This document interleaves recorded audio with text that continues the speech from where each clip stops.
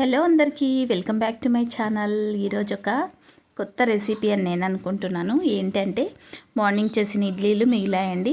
వాటిని చిన్న చిన్న ముక్కలుగా కట్ చేసి ఒక గాజు బౌల్లో వేసి ఓవెన్లో పెట్టాను. ఓవెన్ లేని వాళ్ళు నీళ్ళల్లో కూడా సేమ్ ప్రాసెస్లో వేడి చేసుకోవచ్చు. ఒక బౌల్లో వేసి వేడి నీళ్ళల్లో పెట్టేసి మూత పెట్టేస్తే కొద్దిసేపటికి బాగా వేడిగా అయిపోతాయి అన్నమాట.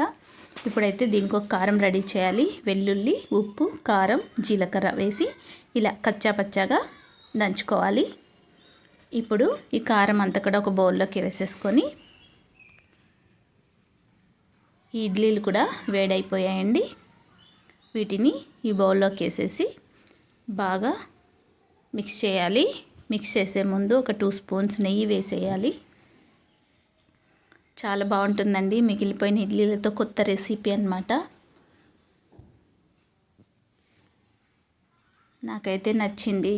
మరి మీకు నచ్చిందా లేదా అనేది కామెంట్ పెట్టండి. ఇలా అంత బాగా పట్టేలాగా మిక్స్ చేసుకోవాలి. చూడండి ఎంత ఎమ్మీగా ఉందో కదా. Thanks for watching.